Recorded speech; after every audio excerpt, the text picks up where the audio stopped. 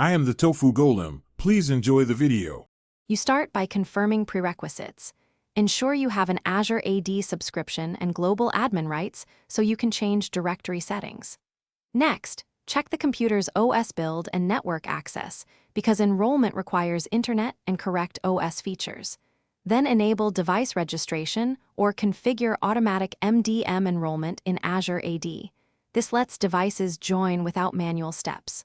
Once done, sign into the local machine with your Azure AD account to initiate the join sequence and verify the now perform the join.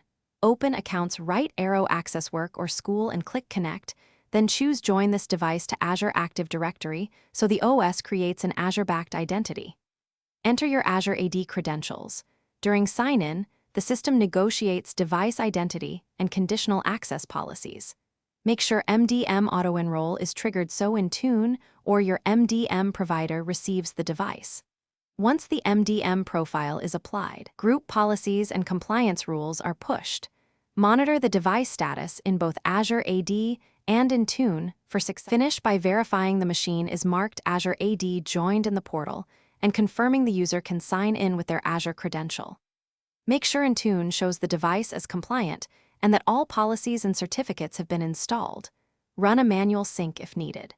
If something goes wrong, check Windows Event Viewer for AAD and MDM errors, validate DNS and network connectivity, and confirm time is synced with domain controllers. A common fix is re-registering the device after clearing stale device objects in Azure.